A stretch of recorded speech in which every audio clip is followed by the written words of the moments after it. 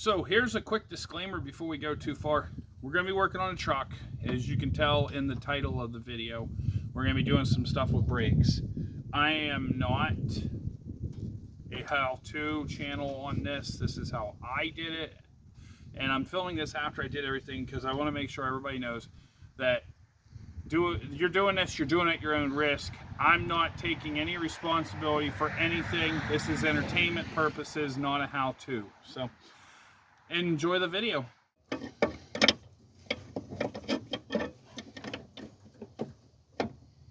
Hey, you're here. How's it going? Doing a little bit of repairs on my truck here, so if you want to hang out and watch us, stick around.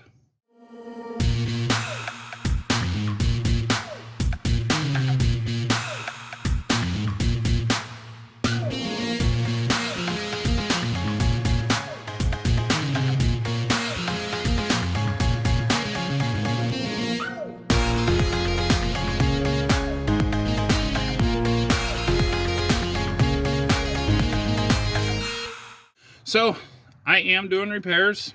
I am actually doing something that's, I'm gonna say this may be a little controversial for some people, but this is my vehicle. This is not a how-to.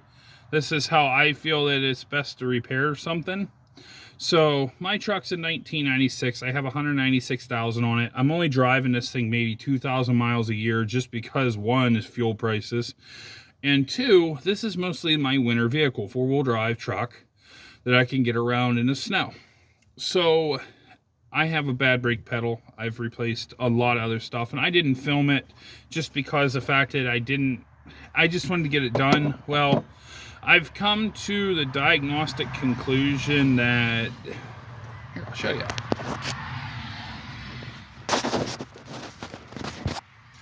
This guy here is no good. There, we'll set you back here. So that's an anti-lock brake module. Anti-lock brakes are whenever you push on the brake, if it sees sliding, it's going to pulsate from one to the other, so you're not sliding your tires in a wet situation or some kind of slippery road conditions, sliding or anything like that. So my truck already has the light on. I can't communicate to this box here through a computer, and I don't like ABS, so I'm actually gonna replace it. Let me go grab one and I'll show you what I'm gonna do.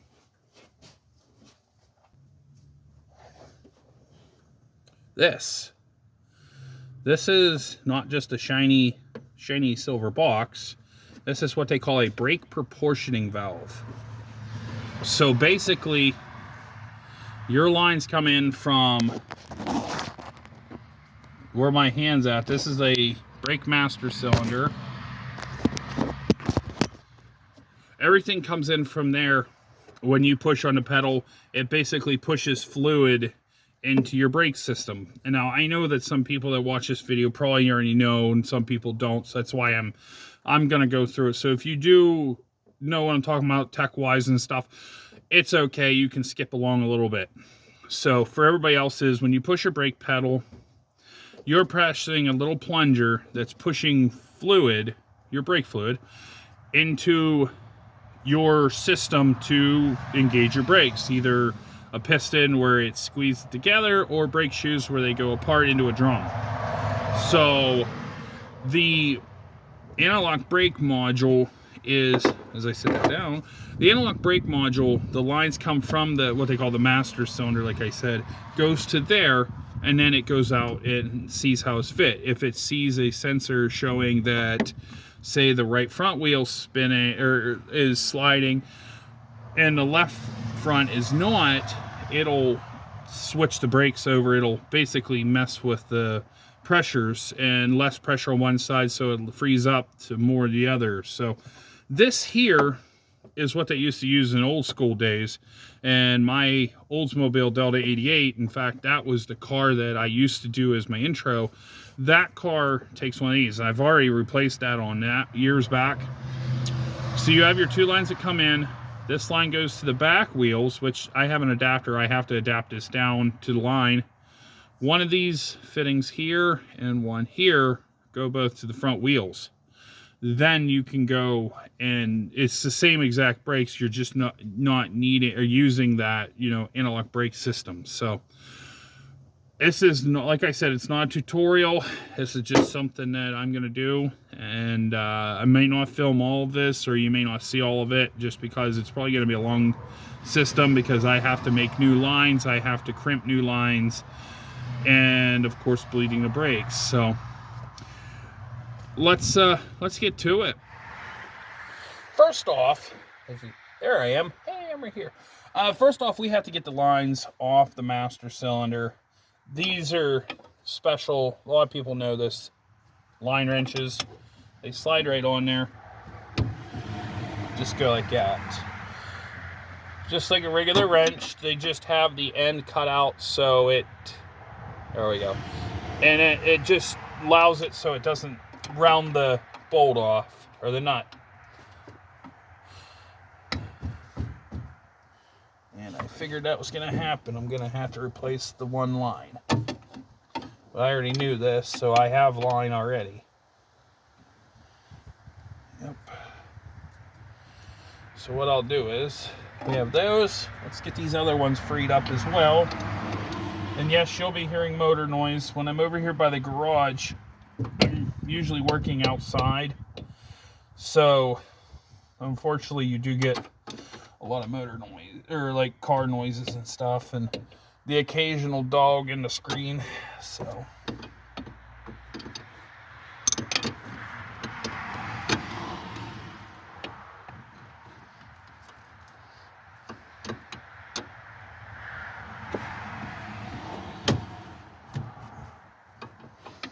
what I normally do is I crack, if I do any kind of stuff like that, I crack these lines.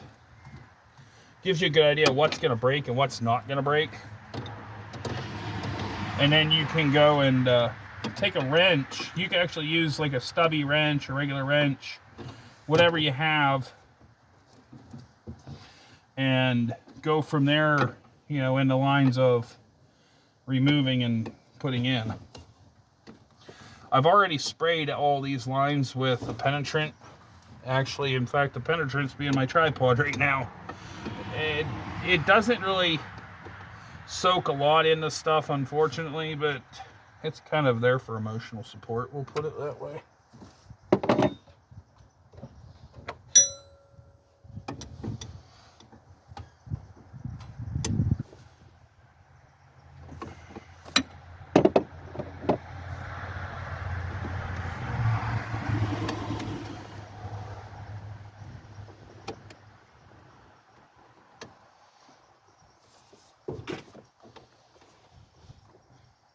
I'll tell you what, you guys know the gist of it. When I get done, I'll bring you back so you don't have to sit there and keep watching me. Alright, so you're back. I'm holding you here. So these are our lines. They look kind of scaly, but I'm going to reuse these. This goes to the back. And then I have the other one sitting over here. Here's the one to the front. I'm going to probably try to reuse those somehow. But all my lines are done. Of course, I'll have to rebleed the whole system. So next step is to unbolt this monstrosity and get it out of there. It looks like I'm trying to see where there's a bolt right there. And a few others. Another electrical plug-in I didn't get. There's another one, and there'll be one there as well right there. So I'm only going to film probably step by step here, just to make sure this video is not as long, because I know I've had some long videos before. So I'll see you later.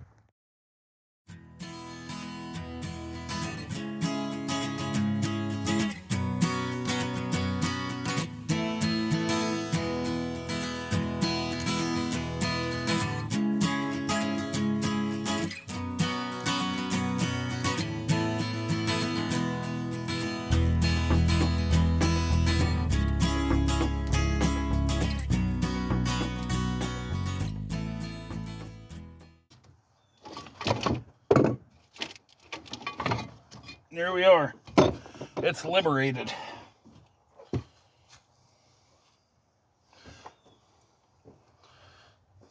kind of opens up a big area here. Yeah, I kind of kept you sticking along there. I didn't think it would take that long, so figured everybody can hang out for a little bit. This is the problem. This is very problematic. In fact, I got so mad at this thing, I punched it. Or I didn't punch it, but I hit it with a hammer. I wanted to punch it, but I didn't. Can't communicate with it with the computer. It's just a big pain in the butt. So we're going to unbolt this from this bracket. I'm going to reuse this bracket here. So, like I said, we're going to have noise.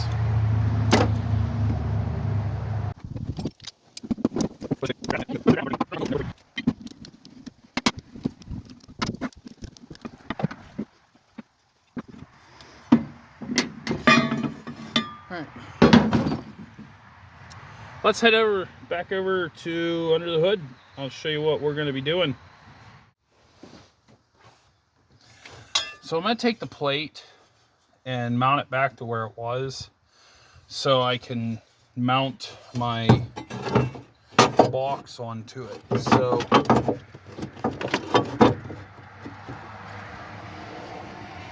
I know you can't really see it that well. Let's see if I can angle it without screwing up everything here.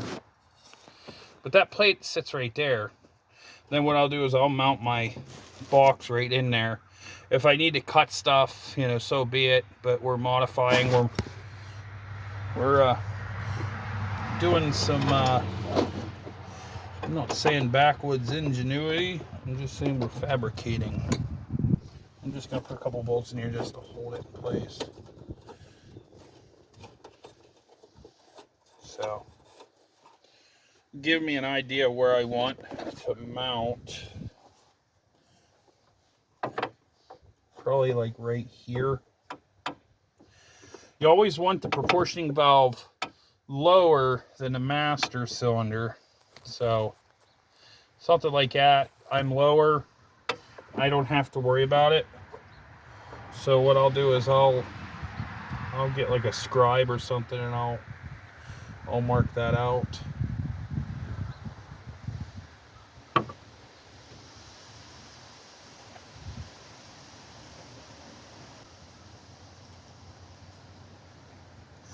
Well, if you don't have a scribe, drill bit will work. I'll take the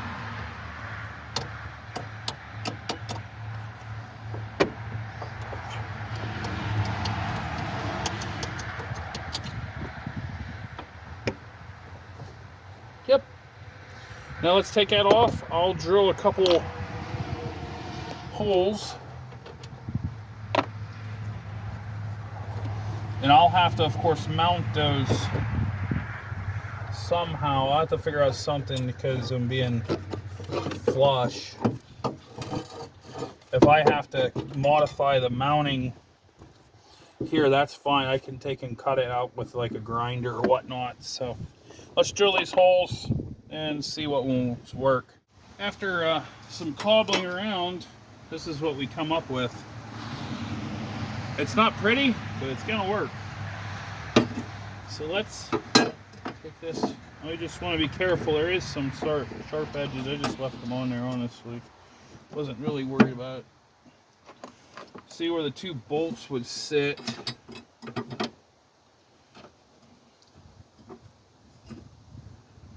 They'll be right in the hole, pretty close to perfect.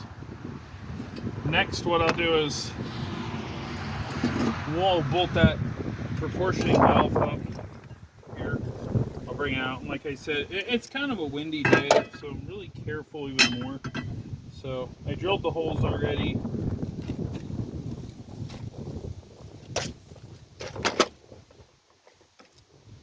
I'll grab some small bolts. If they're a little bit longer, I honestly don't care. So what I'm going to do is I'm going to run them in from the back.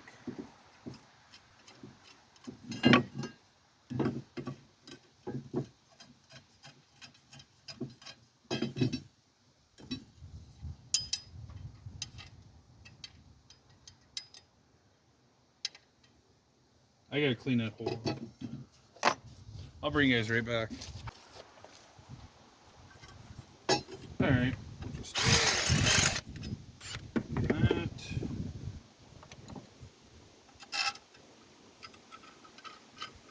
Aren't you just so perfect? And I'm halfway there.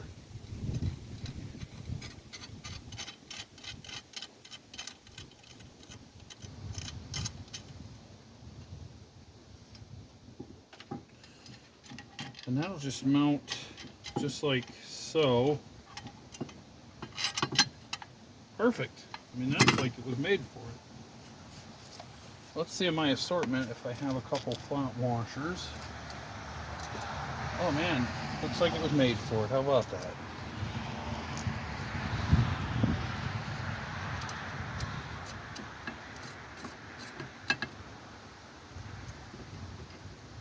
Let me go grab some wrenches.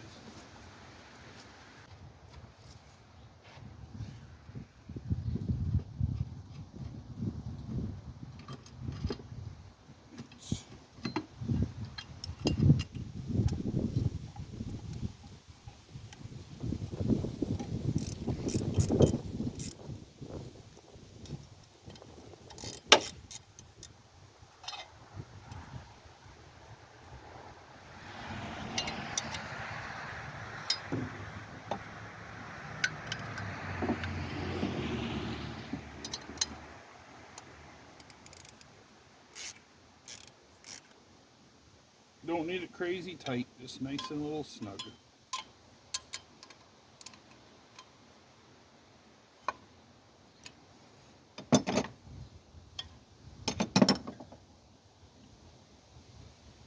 Just like that. There was one that I could buy that had a bracket that goes across the bottom and mounts down there like the old style. $20 less, and I just did what I got. Lines up pretty good.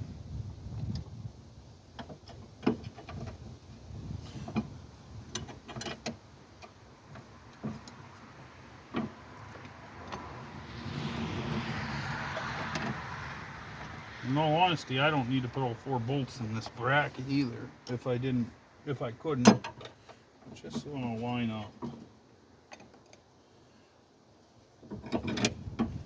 Just perfect.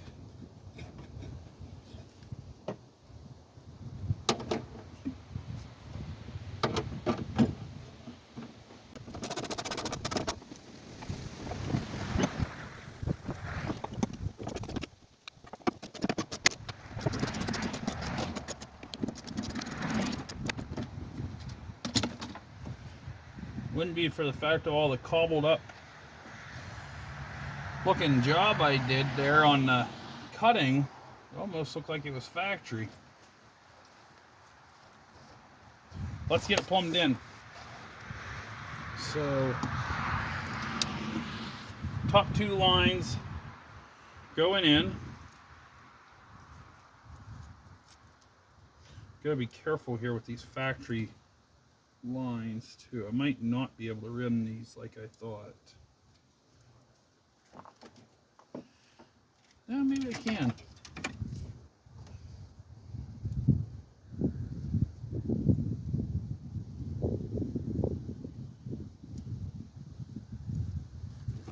Something like to that effect.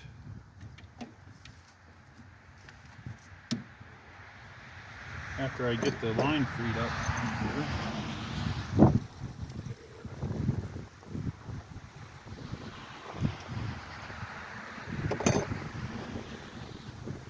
Well, I'm not going to bore everybody with all the monotonous little talking of me explaining stuff, so just sit back and watch a nice little time lapse.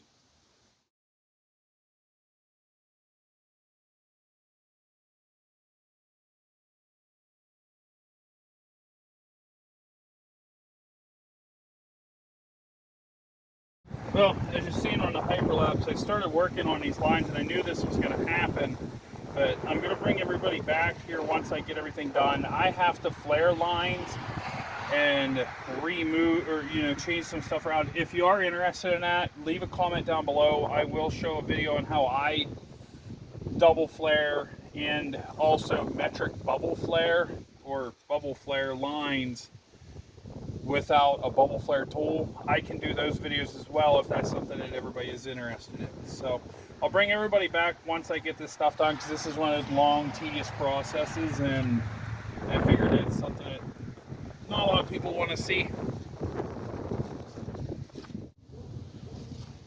So I got you zoomed in. A little quick update. The lines are in on top. These are in. That one's not tight yet, but this one's tight. So all I have to do is, there's a line here for the front, and then I have an adapter for the rear line. I'm going to run a brand new line for the rear, just because the fact that I know that it's going to be kind of crappy. So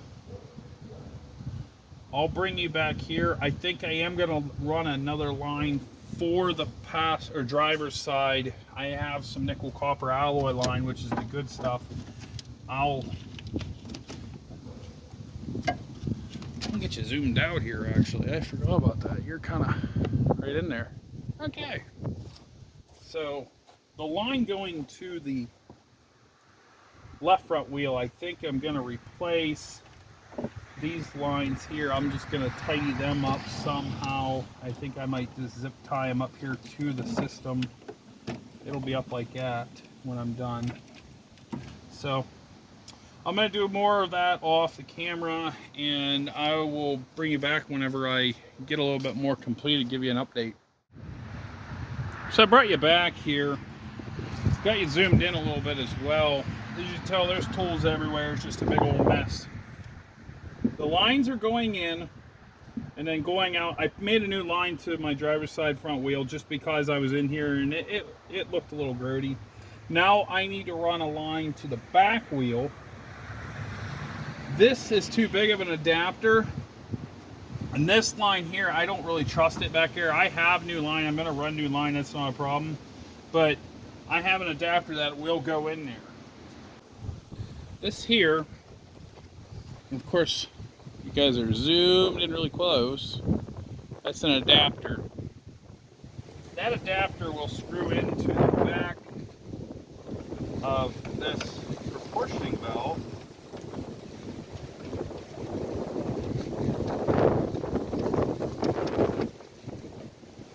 Just like so. And then I can screw a 1/4 inch brake line into that. So that's where we're at. I just didn't want to bore everybody with all the extra little details of trying to finagle and wiggle. Plus it's windy out. You guys will probably getting a lot of wind noise today. Should have brought my mic over my dead cat, but I didn't. So I'll bring you guys back. I'm going to run the line. I'm just going to run the line here and not worry about it. So I'll bring you back when I'm done.